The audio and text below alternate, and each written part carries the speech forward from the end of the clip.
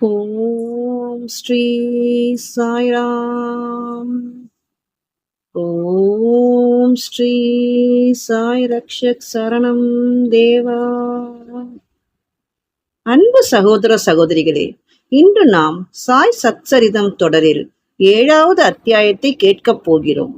இந்த அத்தியாயத்தில் ஸ்ரீ சாயியின் அற்புதமான கருணையும் பக்தர்களின் நம்பிக்கையும் எவ்வாறு ஒன்றிணைந்து பல அதிசயங்களை நிகழ்த்துகின்றன என்பதை அறியலாம். சாயியின் போதனைகள் நம்மை எவ்வாறு வாழ்வில் அமைதிக்கும் ஆனந்தத்திற்கும் வழி நடத்துகின்றன என்பதையும் இந்த அத்தியாயம் எடுத்துரைக்கிறது. மனம் திறந்து கேளுங்கள். சாயியின் அருள் உங்கள் இதயத்தில் நிறையட்டும். ஓம் சாய்ராம். அத்தியாயம் 7. வியக்கத்தகு அவதாரம். சாய்பாபாவின் குணாதிசயங்கள், அவரின் யோக சாதனைகள், அவரின் எங்கு நிறை தன்மை, குஷ்டரோக அடியவனின் சேவை, குழந்தை காப்பர்டேயின் பிளேக் வியாதி, பண்டரிபுரத்துக்கு செல்லல். வியத்தகு அவதாரம். சாய்பாபா எல்லாவித யோக பயிற்சிகளையும் அறிந்திருந்தார். அவர் தௌதி 22.5 அடி நீளமும் 3 அங்குல அகலமும் உள்ள நனைக்கப்பட்ட ஒரு லினன் துண்டினால் வயிறு சுத்தம் செய்தல், கண்ட் யோகம், உடல் உறுப்புகளை தனியாக கழற்றி பின்னர் சேர்த்தல், சமாதி உள்ளிட்ட 6 முறைகளிலும் அவர் கை தேர்ந்தவராக இருந்தார். அவரை ஒரு இந்து என்று நீங்கள் கருதுவீர்களால் ஆனால் அவர் ஒரு யவனரை போன்று தோற்றம் அளித்தார். நீங்கள் அவரை ஒரு யவனர் என்று கருதுவீர்கள் ஆனால் அவர் ஒரு சமயாசாரமுள்ள இந்துவாக தோற்றமளித்தார். அவர் ஒரு இந்துவா முகமதியரா என்று ஒருவரும் திட்டமாக அறிந்திருக்கவில்லை. இந்துக்களின் விழாவான ஸ்ரீராம நவமியை உரிய சகல மரியாதைகளுடன் கொண்டாடி அதே நேரத்தில் முகமதியர்களின் சந்தனக்கூடு ஊர்வலத்தையும் அனுமதித்தார். திருவிழாக்களில் குத்துச்சண்டையை அவர் ஊக்குவித்து வெற்றி பெற்றோர்க்கு பரிசுகள் வழங்கினார். கோகுலாஷ்டமி வந்தபோது கோபால் காலா திருவிழாவை உரிய முறைப்படி செய்தார். ஈத் திருவிழாவின் போது முகமதியர்களை தங்கள் ஜெபத்தை நமாஸ் தமது மசூதியில் கூற அனுமதித்தார். ஒருமுறை மொஹரம் திருவிழாவின் போது சில முகமதியர்கள் மசூதியில் ஒரு தாஜா அல்லது தாபூத் செய்யவும் அதை சில நாட்கள் மசூதியில் வைத்திருந்து கிராமத்தின் வழியாக ஊர்வலமாக எடுத்துச் செல்லவும் தீர்மானித்தனர். 4 நாட்களுக்கு தாபூத்தை மசூதியில் வைக்க சாய்பாபா சம்மதித்தார். 5வது நாள் சிறிதளவும் தனது செயலுக்காக வருந்தும் தன்மையின்றியே மசூதியில் இருந்து அதை அப்புறப்படுத்தினார். நீங்கள் அவரை ஒரு முகமதியர் என்று கூறுவீர்கள் ஆனால் அவர் இந்து மத வழக்கப்படி காது குத்தப்பட்டிருந்தார். நீங்கள் அவரை ஹிந்து என்று கருதுவீர்கள் ஆனால் அவர் சுன்னத் கல்யாணம் செய்கிற வழக்கத்தை ஆதரித்தார். ஆனால் பாபாவை நெருங்கிய திரு ஞானாசாஹிப் சாந்தோர்கர் கருத்துப்படி பாபாவுக்கே சுன்னத் கல்யாணம் செய்யப்படவில்லை. திரு பிபி தேவ் எழுதிய பாபா ஹிந்து கி யவன் என்ற கட்டுரையை சாயிலீலை பத்திரிகையில் பக்கம் 562 பார்க்க, நீங்கள் அவரை இந்து என்று அழைத்தால் எப்போதும் மசூதியில் வாழ்ந்தார். முகமதியர் என்றால் துணி என்னும் அகண்ட நெருப்பை அவர் எப்போதும் மசூதியில் வைத்திருந்தார். மற்றும் முகமதிய மதத்திற்கு விரோதமான பின்வரும் 3 பழக்கங்களையும் கொண்டிருந்தார். அதாவது திருகையில் அரைப்பது, சங்கு ஊதுவது, மணி அடிப்பது, தீயில் ஆகுதி செய்தல், பஜனை, தண்ணீரால் சாய்பாபாவின் பாதத்தை அர்க்கிய வழிபாடு செய்தல் முதலியன எப்பொழுதும் அங்கு அனுமதிக்கப்பட்டன. நீங்கள் அவரை முகமதியர் என நினைத்தால் பிராமண சிரேஷ்டர்களும் அக்னி ஓத்ரிகளும் தங்கள் வைதீக சம்பிரதாயத்தை விட்டுவிட்டு அவர் பாதங்களில் சாஷ்டாங்கமாக வீழ்ந்து பணிந்தனர். அவரது தேசம் முதலியவற்றை பற்றி விசாரிக்கப் போனவர்கள் அவரது தரிசனத்தால் கவரப்பட்டு திகைத்து வாயடைத்து ஊமை ஆனார்கள். எனவே அவர் ஓர் முகமதியரா இந்துவா என்பதை ஒருவரும் நிச்சயமாக தீர்க்க இயலாததாயிருந்தது. இது அதிசயம் அல்ல. அகங்காரத்தையும் உடல் உணர்வையும் ஒழிப்பதன் மூலம் பரமாத்மாவிடம் தன்னை முழுவதும் சரணாகதி அடைந்து அவ்வாறாக அவருடன் ஒன்றி விடுபவனுக்கு ஜாதி தேசம் என்னும் கேள்விகள் குறித்து கருத்தில் கொள்வதற்கு ஏதுமில்லை. சாய்பாபாவை போன்ற அத்தகைய ஒருவர் ஜாதிகளுக்குள்ளேயும் ஜந்துக்களுக்குள்ளேயும் எவ்வித வேறுபாடும் காணவில்லை. பக்கிரிகளுடன் மாமிசமும் மீனும் அவர் உண்டார். நாய்கள் அவைகளின் வாயால் அவ்வுணவை தீண்டிய போதும் அவர் அருவருப்பு காட்டவில்லை. சாய்பாபா அத்தகைய தன்மை தனிச்சிறப்பு வாய்ந்த வியத்தகு அவதாரம் ஆவார். முன்னர் செய்த நல்வினைகளின் காரணமாகவே நான் அவர் பாதத்தடியில் உட்காருவதற்கும் அவருடைய ஆசீர்வதிக்கப்பட்ட நட்பை மகிழ்ந்து அனுபவிப்பதற்கும் நல்ல அதிர்ஷ்டத்தை பெற்றேன். அதிலிருந்து நான் பெற்ற மகிழ்ச்சியும் ஆனந்தமும் தனக்கு நேர் இல்லாதவை. உண்மையில் சாய்பாபா சுத்த ஆனந்தமும் உணர்வும் ஆவார். அவரின் உயர்வையும் தனித்தன்மை சிறப்பையும் போதுமான அளவிற்கு நான் விளக்க இயலாது. அவரின் பாதார விந்தங்களில் ஆனந்தத்தை நுகர்பவன் அவருடையதே ஆன ஆத்மாவிலேயே ஸ்தாபிக்கப்படுகிறான். முக்தியில் ஆர்வமுள்ள பல சந்நியாசிகள் சாதகர்கள் மற்றும் எல்லாவித மக்களும் சாய்பாபாவிடம் வந்தனர். எப்போதும் அவர் நடந்தார், பேசினார், அவர்களுடன் சேர்ந்து சிரித்தார். எப்போதும் தம் நாவினால் அல்லா மாலிக், இறைவனே எஜமானன் என மொழிந்தார். அவர் விவாதத்தையோ கலகத்தையோ விரும்பவில்லை. அவர் சில நேரங்களில் கடுமையாக இருப்பினும் எப்போதும் அமைதியாகவும் கட்டுப்பாடுடன் இருந்தார். எப்போதும் முழு வேதாந்தத்தையும் போதித்தார். கடைசி வரை பாபா யார் என்பது ஒருவருக்கும் தெரியாது. அரசர்களும் ஏழைகளும் அவர் முன் சமமாக நடத்தப்பட்டனர். அனைவருடைய ஆழ்ந்த இரகசியங்களையும் அவர் அறிவார். அதை அவர் மொழிகளால் வெளியிட்ட போது அனைவரும் வியந்தனர். சர்வ ஞானங்களின் கருவூலம் அவரே. எனினும் அறியாதவர் போல் நடித்தார். புகழை அவர் விரும்பவில்லை. இவைகளே சாய்பாபாவின் குணாதிசயங்கள். அவர் மானிட உருவத்தில் இருப்பினும் அவரின் செய்கைகள் அவரது கடவுள் தன்மையை எடுத்து காட்டியது. அனைவரும் அவரை சீரடியில் இருக்கும் பரமாத்மா என்றே நம்பினர். சாய்பாபாவின் குணாதிசயங்கள். பாபாவின் அற்புதங்களை விளக்கத் தெரியாத அறிவிலி நான். சீரடியிலுள்ள ஏறக்குறைய எல்லா கோயில்களையும் அவர் பழுது பார்க்க செய்தார். சனி, கணபதி, சங்கரர், சரஸ்வதி, கிராம தேவதை, மாருதி முதலிய எல்லா கோயில்களையும் தாத்யா பாட்டில் மூலமாக ஒழுங்குபடுத்த செய்தார். அவருடைய தர்மமும் குறிப்பிடும்படியானது. தட்சிணை என்ற பெயரில் அவர் வழக்கமாக வாங்கி வந்த பணமும் தாராளமாக பகிர்ந்து அளிக்கப்பட்டது.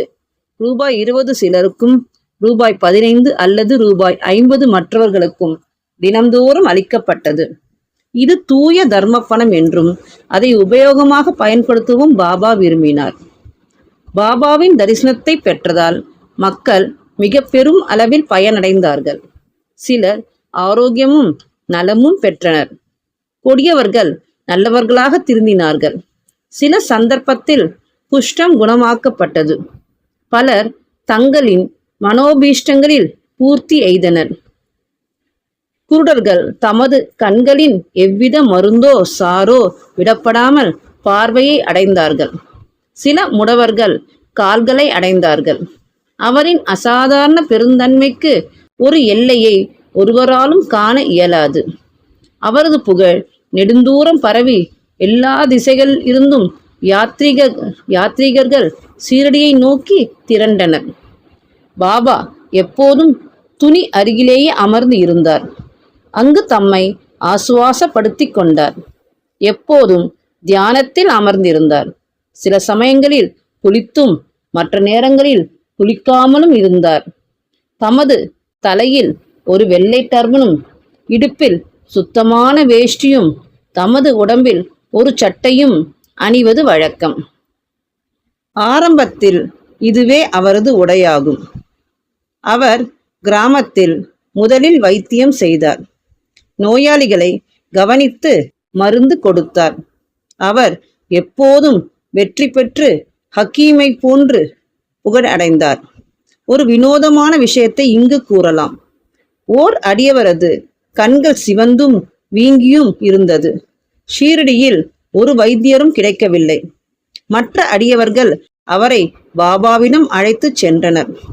அதை போன்ற வியாதிக்கு மற்ற டாக்டர்கள் களிம்பு, அஞ்சனம், பசும்பால், கற்பூராதி மருந்துகள் முதலியன உபயோகிப்பர். ஆனால் பாபாவின் சிகிச்சையோ முற்றிலும் தனித்தன்மை வாய்ந்தது. சிறிது பிப்பாவை சலவை செய்பவர் குறிப்பிடும் செங்கொட்டை காயின் பசை கைகளால் 2 உருண்டை செய்து நோயாளியின் ஒவ்வொரு கண்களிலும் அவ்வுருண்டையை திணித்துவிட்டு துணியால் கண்களை சுற்றி கட்டு போட்டு விட்டார். மறுநாள் கட்டு அவிழ்க்கப்பட்டு தண்ணீர் தாரையாக ஒழுங்காக விடப்பட்டது. எரிச்சல் மறைந்து கண்மணி வெண்மையாய் சுத்தமாகி விட்டது. கண்கள் நுண்ணிய உறுப்பான போதும் சேங்கொட்டை பிப்பா அவற்றுக்கு எவ்வித தீங்கையும் அளிக்கவில்லை. இம்மாதிரி பல வியாதிகளை குறிப்பிடலாம். ஆனால் இந்நிகழ்ச்சியே குறிப்பில் உள்ளது. பாபாவின் யோக பயிற்சிகள். பாபா யோகத்தின் எல்லா பயிற்சிகளையும் முறைகளையும் அறிவார். அவைகளில் 2ஐ இங்கே குறிப்பிடுவோம். 1. தௌதி அல்லது சுத்த விருத்தி. வாரத்தில் ஒவ்வொரு 3வது நாளும் பாபா மசூதியிலிருந்து நெடுந்தொலைவிலுள்ள ஆலமரத்துக்கு அருகில் இருக்கும் கிணற்றுக்கு சென்று தமதை வாயை கழுவி குளிப்பார். ஒரு சந்தர்ப்பத்தின் போது தமது புடல், கும்பி முதலியவற்றை அவர் வாந்தி எடுத்து அவைகளின் உட்புறத்தையும் வெளிப்புறத்தையும் சுத்தம் செய்து அவற்றை பக்கத்தில் உள்ள நாவல் மரத்தில் உலர்வதற்காக வைத்தது கவனிக்கப்பட்டது. இதை பார்த்தவர்கள் ஷீரடியில் உள்ளனர். அவர்கள் இவ்வுண்மையை சோதனை செய்து பார்த்துவிட்டனர். 3 அங்குல அகலமும் 22 அடி நீளமும் உள்ள நனைக்கப்பட்ட லினன் துணியால் தௌதி செய்யப்படுகிறது.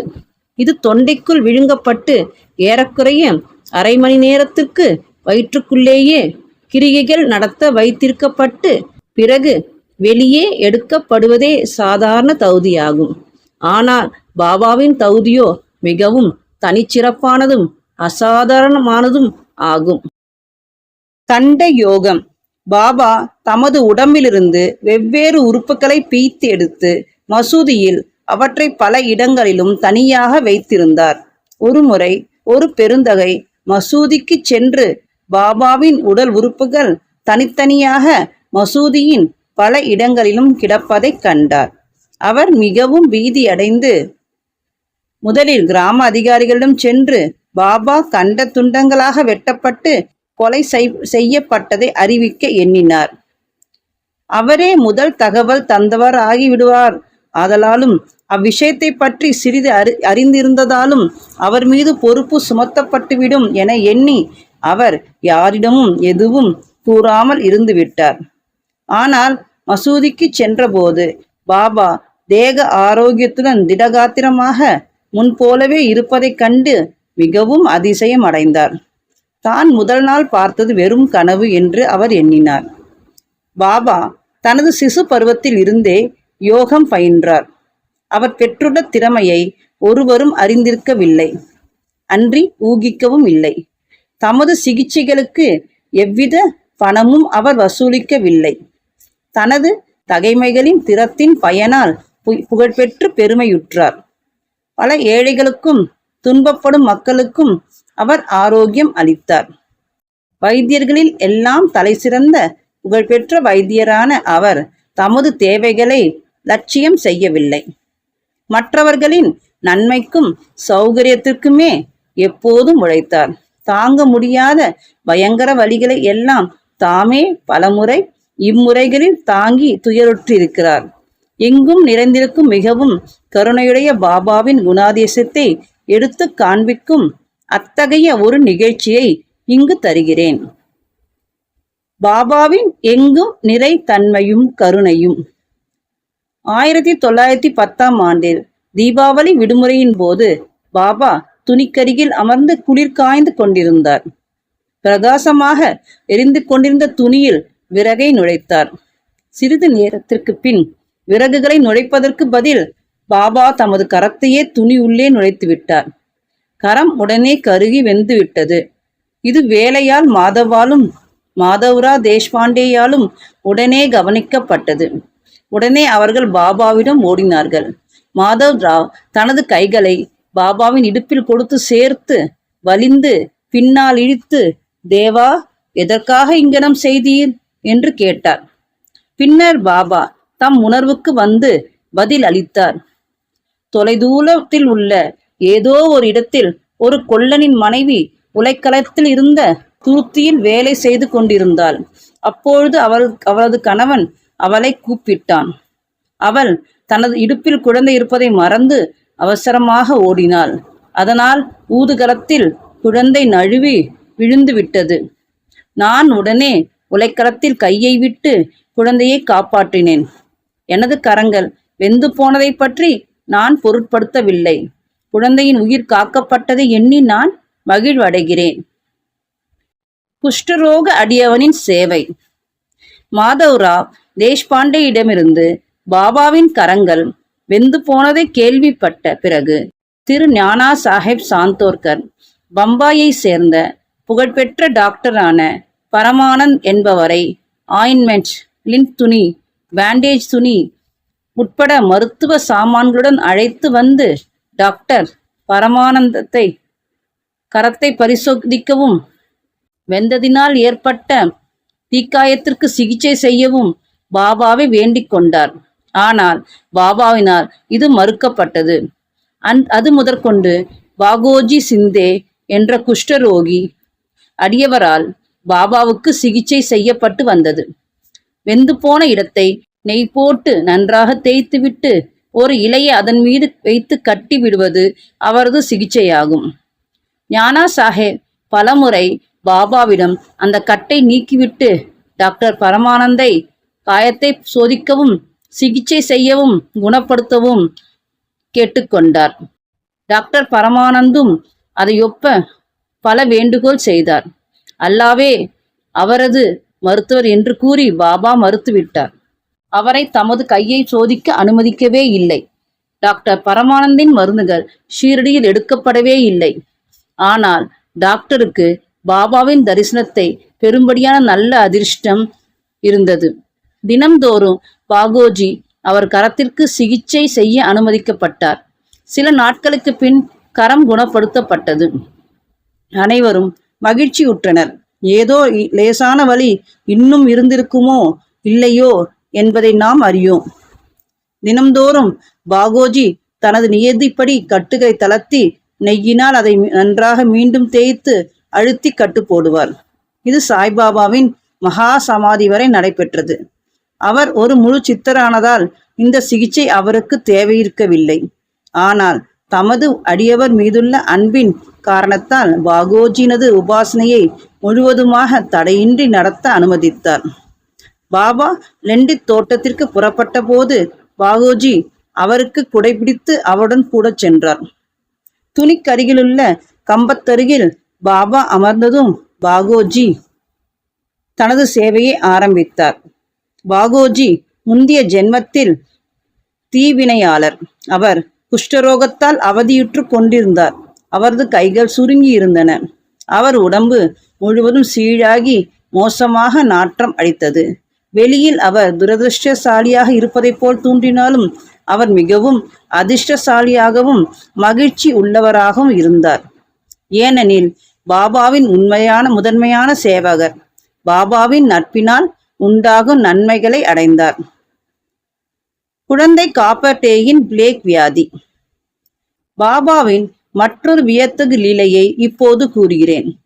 அமராவதியை சேர்ந்த திரு தாதா சாஹேப் காப்பர்டேயின் மனைவி ஷீரடியில் தம் இளன் புதல்வனுடன் சில நாட்கள் தங்கியிருந்தார். அப்போது அவள் புதல்வனுக்கு அதிக காய்ச்சல் வந்து அது நெறிக்கட்டி பிளேக்காக பெரியதானது.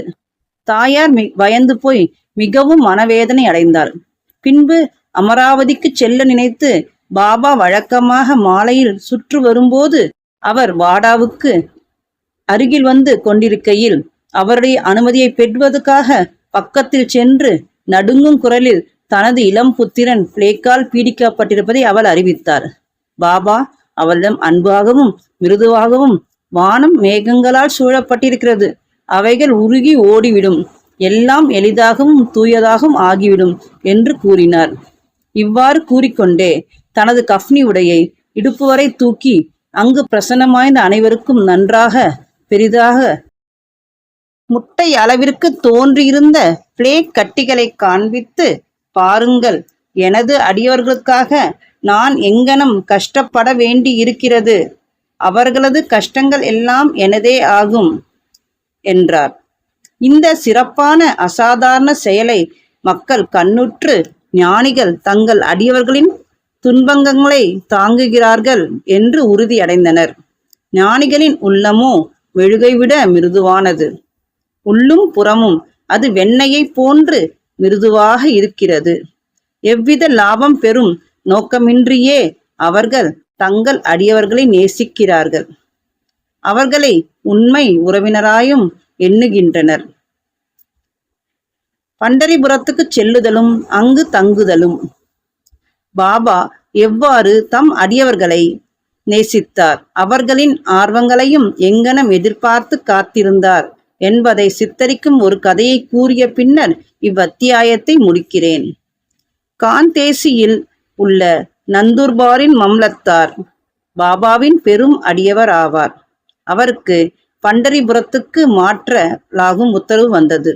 சாய்பாபாவிடம் அவர் கொண்டுள்ள பக்தி பழுத்தது. ஏனெனில் அவருக்கு பூலோக வைகுண்டம் என்றழைக்கப்படும் பண்டரிபுரத்துக்கு போய் தங்க உத்தரவு கிடைத்திருக்கிறது. ஞானா சாஹேப் அவசரமாக வேலையை ஒப்புக்கொள்ள வேண்டிய கட்டாயம் இருந்ததால் அவர் அவ்விடத்திற்கு உடனே ஒருவரும் தெரிவிக்காமலும் எழுதாமலும் புறப்பட்டார். அவர் தனது பண்டரிபுரமான ஷீரடிக்கு ஒரு திடீர் விஜயம் செய்ய விரும்பினார். தமது விட்டோபா சாய்பாபாவை பார்த்து வணக்கம் தெரிவித்து பின்னர் புறப்பட எண்ணினார்.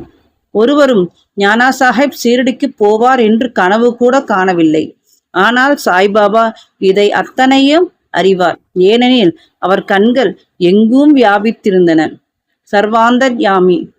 ஷீரடியிலிருந்து சில மைல்கள் உள்ள நிம் காங்வை நானா சாஹேப் அடைந்தது போது ஷீரடியில் மசூதியில் ஒரு பரபரப்பு ஏற்பட்டது. பாபா உட்கார்ந்து கொண்டு மஹால் சாம்பதி, அப்பாசிந்தே, காசிராம் இவர்களுடன் பேசிக் கொண்டிருக்கையில் திடீரென்று பாபா, நாம் நால்வரும் பஜனை செய்வோம், பண்டரிபுரத்தின் கதவுகள் திறந்திருக்கின்றன, நாம் மகிழ்ச்சியாய் பாடுவோம் என்றார். அப்போது கோஷ்டியாக அவர்கள் பாடத் தொடங்கினர். அதன் பல்லவி, நான் பண்டரிபுரத்துக்கு போக வேண்டும், நான் அங்கே தங்க வேண்டும், ஏனெனில் அதுவே எனது பரமாத்மாவின் வீடு. பாபா பாடினார். அடியவர்களும் அவரை தொடர்ந்து பாடினர். சிறிது நேரத்தில் ஞானா சாஹேப் தனது குடும்பத்துடன் வந்து பாபாவின் முன்னால் வீழ்ந்து பணிந்து அவரை தங்களுடன் பண்டரிபுரத்துக்கு வரவும் அங்கு தங்களுடன் தங்கும்படி வேண்டிக் கொண்டார். அவ்வேண்டுகோள் பாபாவுக்கு தேவை இருக்கவில்லை. ஏனெனில் மற்ற அடியவர்கள் ஞானா சாஹிபிடம் பாபா ஏற்கனவே பண்டரிபுரத்துக்கு போவதற்கும் அங்கு தங்குவதற்குமான ஊக்கத்துடன் இருப்பதாக தெரிவித்தனர். இதை கேட்டு ஞானா சாஹிப் உணர்ச்சி வசப்பட்டார். அவர் காலடியில் வீழ்ந்தார். பிறகு பாபாவின் அனுமதியையும் உதி ஆசீர்வாதங்களையும் பெற்றுக்கொண்டு ஞானா சாஹேப் பண்டரிபுரத்துக்கு புறப்பட்டார். பாபாவின் கதைகளுக்கு ஒரு முடிவில்லை. அதனால் இங்கு நிறுத்தி அடுத்த அத்தியாயத்தில் மானிட வாழ்க்கையின் முக்கியத்துவம், பாபாவின் இறந்து வாழும் வாழ்க்கை, பாயஜாபாயின் சேவை, மற்ற கதைகளையும் கூறுகிறேன். ஸ்ரீ சாயியை பணிக. அனைவருக்கும் சாந்தி நிலவட்டும். ஓம் சாய்ராம்.